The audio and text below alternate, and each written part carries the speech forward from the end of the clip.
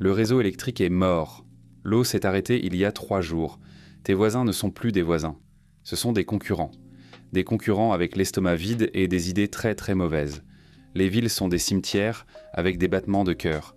Et chaque épicerie du coin qui te vendait du café hors de prix est maintenant une zone de mort. Tu as besoin d'un refuge. Pas le genre avec un paillasson de bienvenue et un prêt hypothécaire. Le genre avec des portes en acier, un avantage vertical et des ressources que les masses désespérées n'ont même pas encore imaginées. Le genre qui te garde en vie quand tous les autres sont de l'engrais. Ne t'inquiète pas. On va transformer des infrastructures abandonnées en forteresses. 7 emplacements, 7 stratégies, 0 marge d'erreur et les connaissances qui séparent les survivants des statistiques. Reste là parce que les 2 premiers de cette liste font la différence entre contrôler les ressources et supplier pour les avoir. Allons-y. Numéro 7, les installations de self-stockage. Le coffre-fort dont tu ne savais pas avoir besoin. Réfléchis bien. Des boîtes en béton à plusieurs étages remplies de portes en acier. Les installations de self-stockage sont des forteresses ou de sous-estimées précisément parce qu'elles sont conçues pour garder les gens dehors. Des murs en béton, des couloirs étroits, des points d'entrée limités. Tu ne défends pas un bâtiment, tu défends un labyrinthe, une cage d'escalier, une gaine d'ascenseur à barricader. Tout le reste n'est qu'une porte verrouillée entre toi et la menace. Choisis le 3e ou 4e étage. Le rez-de-chaussée est trop accessible. Le dernier étage est un risque d'incendie, mais les étages intermédiaires sont difficiles à atteindre, faciles à fuir. Prends une unité d'angle. 2 murs extérieurs en béton, impénétrables sans explosifs. Les 2 autres ne sont que de la tôle. Défonce-les d'un coup de pied pour des voies d'évacuation instantanées. Et le butin, les unités de stockage en sont pleines. Des meubles pour les barricades, des outils, du matériel de camping de preppers qui n'ont pas survécu. Tu pilles 100 mini-bunkers sans même quitter le bâtiment. La science ici est simple. Compartimentage. Chaque porte est un point d'étranglement. Les attaquants doivent en revenir un par un à travers des couloirs que tu contrôles. C'est une forteresse parce que c'est un labyrinthe avec toi au centre. Si tu entends des pas 3 étages plus bas, félicitations. Tu as choisi le bon coffre-fort. Numéro 6, les brasseries artisanales, où l'eau rencontre les calories. Les brasseries sont des mines d'or pour la survie. La plupart des gens les ignorent pendant qu'ils sont occupés à piller des épiceries vides. C'est leur erreur. Premièrement, la filtration industrielle de l'eau, osmose inverse, filtre à charbon, stérilisateur, UV, la bière et ses composés à 95% d'eau. Ces systèmes transforment l'eau du robinet, douteuse, en quelque chose que tu peux réellement boire. Deuxièmement, le stockage de céréales. Orge, blé, avoine, tout ça dans des silos ou des sacs. Fais-le bouillir. Tu obtiens de la bouillie. Une seule brasserie peut nourrir un petit groupe pendant des mois. Et la bière déjà dans les cuves, c'est un désinfectant, un bien d'échange et un sacré remontant pour le moral. Les bâtiments eux-mêmes sont solides. Des sols en béton, des murs épais, des fenêtres limitées. Les quais de chargement arrière sont faciles à barricader et ils sont situés dans des quartiers d'entrepôts loin de tout ce chaos résidentiel. La science, la filtration élimine les particules et les pathogènes. L'ébullition tue le reste.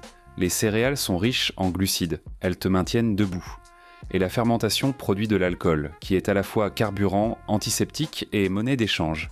Si les robinets fonctionnent et que les silos de céréales sont pleins, félicitations. Tu viens de trouver une oasis. Numéro 5, les cliniques dentaires et vétérinaires. Le hack médical. Les hôpitaux sont des zones de guerre. Les pharmacies ont été pillées le premier jour, mais les cliniques dentaires et les cliniques vétérinaires, elles sont encore approvisionnées parce que les gens n'y pensent tout simplement pas. Les cliniques dentaires te donnent des antibiotiques, amoxicilline, clindamycine, des anesthésiques locaux comme la lidocaïne et des autoclaves. Un autoclave est un stérilisateur à vapeur pressurisée qui tue tout. Tu peux stériliser des outils, des pansements, n'importe quoi. Quand une simple coupure signifie une septicémie, un autoclave vaut de l'or. Les cliniques vétérinaires ont les mêmes antibiotiques, juste en doses plus importantes. Elles ont des sutures, des scalpels, des outils de traumatologie, plus de la kétamine, un puissant analgésique et anesthésique qui fonctionne sur les humains. Ce sont de petits bâtiments défendables, souvent avec des portes renforcées pour gérer les animaux agressifs. Des salles d'examen qui se verrouillent de l'intérieur. Elles sont situées dans des zones commerciales, pas dans le chaos du centre-ville. La science, c'est la survie.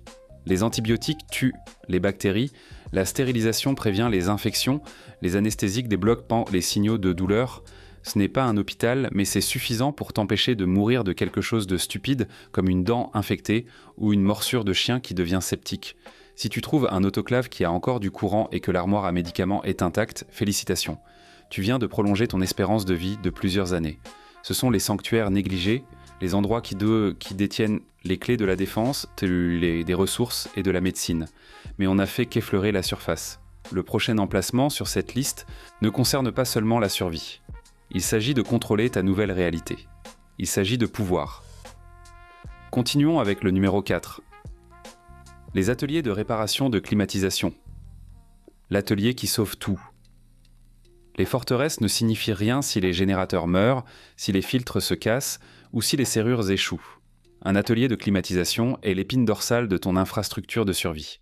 À l'intérieur, tu as de l'équipement de soudage, du stock de métal, des outils électriques, des tuyaux en cuivre, des composants électriques, des fixations, des mastiques, tout ce qui est nécessaire pour réparer, construire ou bricoler n'importe quelle solution.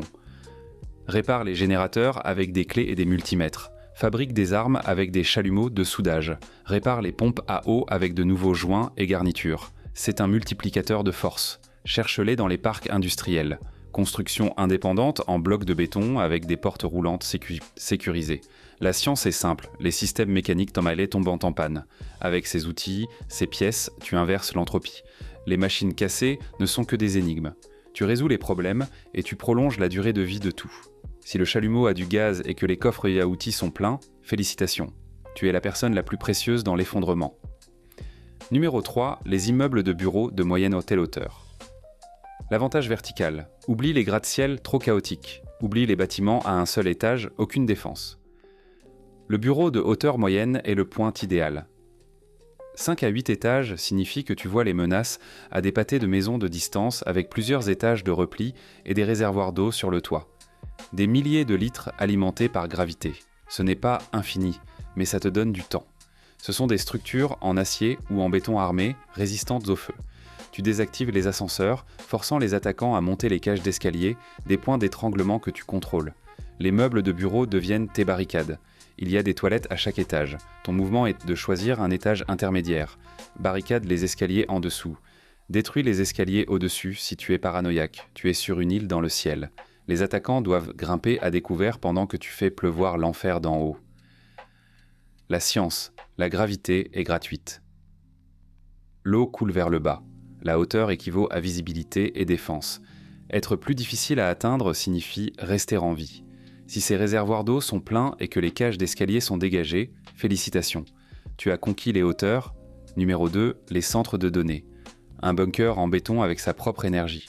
Les centres de données sont des forteresses construites pour protéger des équipements valant des millions contre l'incendie, les inondations et les coupures de courant. Ils sont parfaits pour te protéger. Béton renforcé, résistant aux explosions, serrure biométrique, entrée à sas et aucune fenêtre. Contrôle climatique et surtout des générateurs de secours avec d'énormes réservoirs de carburant, diesel, propane, assez pour durer des semaines si tu rationnes. Ces endroits ont été construits pour ne jamais tomber en panne. Cela signifie une alimentation redondante, un refroidissement redondant et des systèmes d'extinction d'incendie utilisant du gaz inerte, gardant tes provisions au sec. La science, c'est la résilience. La masse thermique du béton stabilise la température. Les générateurs convertissent le carburant en électricité. La redondance signifie des sauvegardes pour les sauvegardes. Tu vis dans une centrale électrique. Si ces générateurs démarrent et que les jauges de carburant indiquent plein, félicitations. Tu as trouvé la dernière lumière. Et numéro 1, les petites stations de traitement de l'eau, la source de la vie elle-même. Tu peux vivre sans électricité ou médecine. Tu ne peux pas vivre sans eau. Contrôle l'eau, contrôle la survie. Une petite station municipale filtre des milliers de litres par jour en utilisant la sédimentation, des filtres à sable, la chloration et la désinfection UV pour transformer l'eau de rivière en eau potable. Ces stations sont fortifiées par défaut, périmètre clôturé, structures en béton et accès limité, et elles sont généralement automatisées, ce qui signifie qu'elles ne seront pas envahies par les gens, sécurisant une taux. Barricade les portes, désactive l'accès routier, tu as maintenant une ressource renouvelable pour laquelle tous les autres meurent, tu peux échanger de l'eau contre de la nourriture, des médicaments, du travail ou de la loyauté. Tu ne survis pas seulement, tu construis du pouvoir. La science, c'est de la chimie et de la physique de base qui fonctionnent. La filtration élimine les particules. Le chlore tue les pathogènes. Les UV détruisent l'ADN. Si les pompes fonctionnent et que les réservoirs de chlore ne sont pas vides, félicitations, tu es la personne la plus importante dans le désert. Alors, quelle est la conclusion? Cet emplacement, cette stratégie, un objectif. Rester en vie quand le monde veut ta mort. Tu ne cherches pas le confort, tu cherches l'avantage. Eau, énergie, défense, production, les piliers de la survie. Mais les vraiment intelligents ne choisissent pas qu'un seul emplacement. Ils contrôlent un réseau. Réfléchis bien. L'atelier de climatisation maintient le générateur du centre de données en marche. Le centre de données alimente la station d'eau garde tout le monde en vie. L'immeuble de bureau est ta base d'opération. Une brasserie est ton dépôt de provisions, une clinique ton hôpital, une installation de stockage ton coffre-fort. Ce n'est pas une forteresse, c'est un système. Et si tu construis ce système correctement, tu ne survis pas seulement à l'effondrement, tu le survis longtemps. Maintenant bouge-toi. L'horloge tourne et les désespérés deviennent créatifs.